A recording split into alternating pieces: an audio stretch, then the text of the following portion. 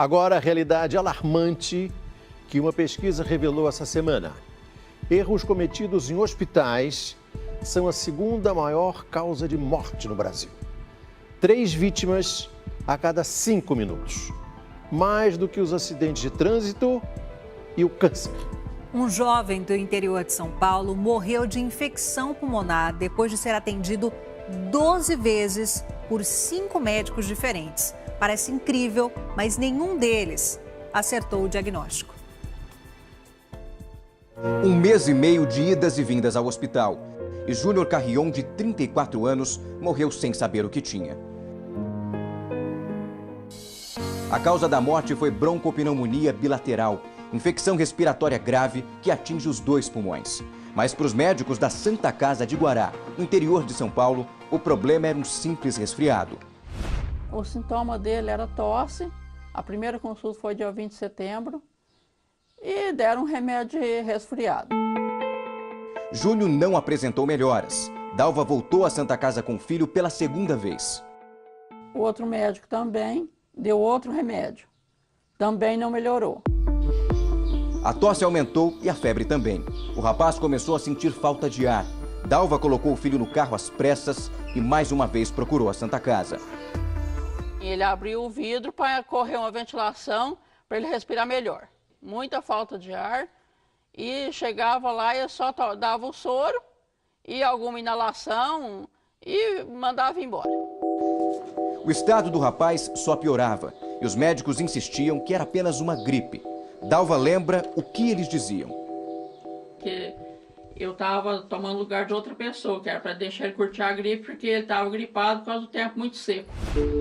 Ela sempre saía da Santa Casa com receitas médicas que só mascaravam o problema. 1, 2, 3, 4, 5, 6, 7, 8, 9 e mais aquela do controlado? Sim. 10 receitas, 10 receituários. Tudo remédio para gripe aqui. Júnior procurou a Santa Casa de Guará por 11 vezes. Aqui ele foi atendido por 4 médicos e 3 radiografias foram feitas. Nenhuma delas apontou qualquer tipo de problema no pulmão. Só que a preocupação da família só aumentava. E eles decidiram procurar a ajuda de uma médica especialista. A consulta particular foi com uma pneumologista. E mais uma vez, um diagnóstico errado. Ela examinou ele e falou para mim que ele estava com todos os sintomas da gripe H1N1. No entanto, eu pedi para ela fazer um exame, alguma coisa.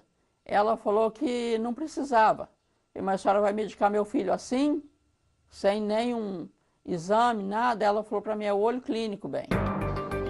Os remédios que a pneumologista passou não funcionaram. E a médica então sugeriu outro diagnóstico. Que o que ele tinha era ansiedade, era vontade de sarar logo. E ela deu um calmante. No dia 3 de novembro, Júnior chegou carregado pela mãe à Santa Casa de Guará com muita falta de ar. Dona Dalva tinha esperanças que desta vez iriam descobrir o que o filho tinha. Não foi o que aconteceu. Segundo os médicos, Júnior estava com problemas neurológicos. Eles mandaram o paciente para a Santa Casa de São Joaquim da Barra sem o encaminhamento necessário para a internação. Falou para mim, leva ele num neurologista, chega lá e paga a consulta e o médico vê o que ele faz. E já colocaram meu filho na ambulância e a gente foi. A ambulância usada é semelhante a esta, sem equipamento para remoção de pacientes em estado grave. Júnior chegou a ser atendido pela Santa Casa de São Joaquim da Barra, mas logo teve uma parada cardiorrespiratória e faleceu. O hospital da cidade criticou a Santa Casa de Guará. Nota disse que o paciente deu entrada na unidade através de procedimento em desacordo aos protocolos médicos e de transporte. Chegou em ambulância, contudo, sem encaminhamento formal, sem aviso prévio da situação e sem acompanhamento médico que o caso requeria. O médico falou para mim, mesmo naquele momento, se ele tivesse sido entubado, ele teria chegado lá com vida e teria tudo dado certo. Procuramos a Santa Casa de Guará, mas ninguém quis dar entrevista. Informaram apenas que o hospital abriu uma sindicância interna para apurar a conduta dos médicos e os procedimentos adotados.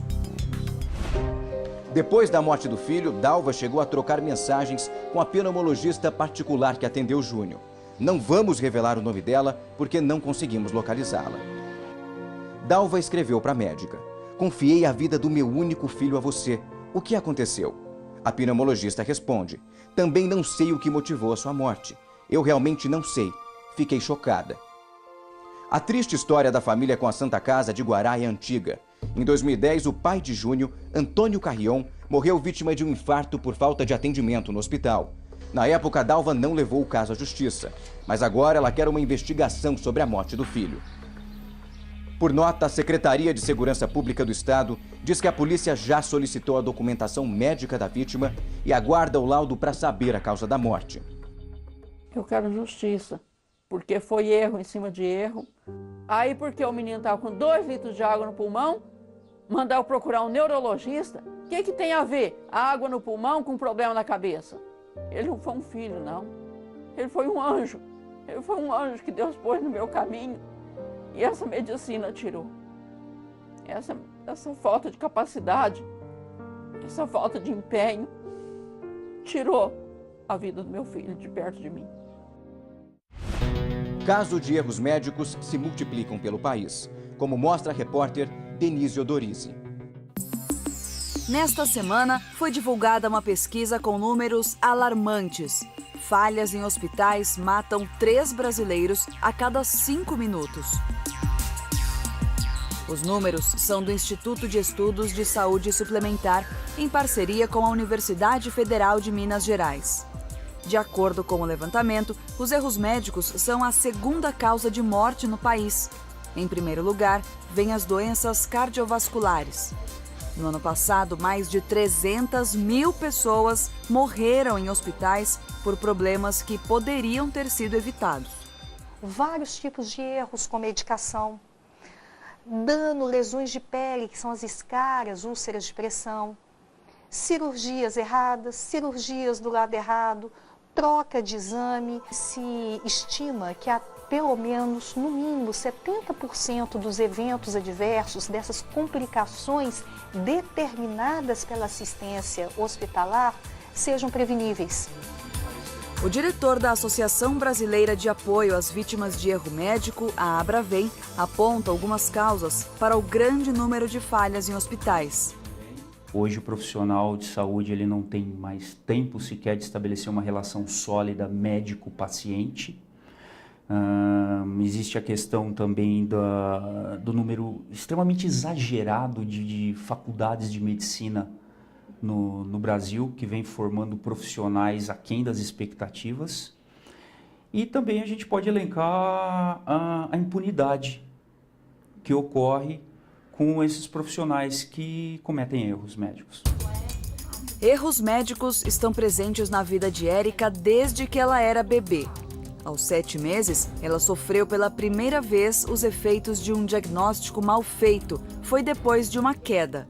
Quando minha mãe me pegava no colo, eu gritava muito. Na época, ela era um pediatra particular e ela me levava nele, me levou vários dias seguidos e ele não descobriu que eu tinha quebrado o braço. E aí ele começou a fazer, como eu chorava muito, estava dando alteração, dava disritmia. O pediatra receitou um remédio para a epilepsia. Só quando ela completou 7 anos, a fratura no cotovelo foi descoberta.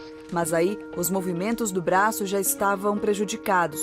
Érica enfrentou as cirurgias corretivas e muitas sessões de fisioterapia, mas carrega sequelas até hoje. Por exemplo, prender o cabelo, eu tenho que ficar toda torta, porque eu não viro a mão. Pegar um prato e comer assim, eu não consigo. O segundo erro de diagnóstico foi aos 20 anos. Érica contraiu rubéola. Mesmo com o exame de sangue indicando um processo infeccioso, o diagnóstico foi alergia. Só depois, um alergista identificou o problema e o perigo de contaminação. Ele olhou para mim e falou, nossa, você está com rubéola. Depois de passar por 2 situações de erro de diagnóstico, 4 anos atrás veio a experiência mais difícil de todas. Por 2 meses, Érica levou o pai em muitos médicos diferentes. Ele até chegou a fazer um tratamento errado, mas só descobriram a doença dele quando já era tarde demais. Artrose na coluna. Esse foi o diagnóstico que Odélcio recebeu para uma dor no pescoço que não passava nem com os fortes remédios receitados pelo ortopedista. Nessas fotos da última viagem que fez com a esposa, ele usa um colar ortopédico que aliviava o sintoma. Mas Odélcio voltou do passeio ainda pior. Estava com uma infecção grave. O médico que o atendeu não sabia o que estava acontecendo. Ele virou para mim e falou assim, bom, então você procura um hematologista e um infectologista, porque ou seu pai está com HIV, ou ele está com leucemia, câncer, alguma coisa assim. Nem AIDS, nem câncer. Odélcio estava com uma infecção na válvula do coração, chamada endocardite. A dor no pescoço era apenas reflexo de uma situação já avançada. Um problema que teria sido detectado com o exame de imagem do tórax. Ele foi internado imediatamente, mas não conseguiu vencer a infecção e faleceu. A revolta é muito grande, né? De repente, se tivesse iniciado um tratamento no comecinho, talvez não tinha chegado a esse ponto, né? Dona Dalva, mãe de Júnior, que também morreu por erro de diagnóstico, não se conforma. Eu já não aguento mais. Por isso eu estou esperando em Deus e esperando nos órgãos competentes que façam justiça. Porque o meu filho pagou com a vida essa falta de capacidade da medicina aqui de Guará. Se eles tivessem encaminhado ele para algum lugar, eu tenho certeza que existe médico competente, que existe médico que ia salvar a vida do meu filho.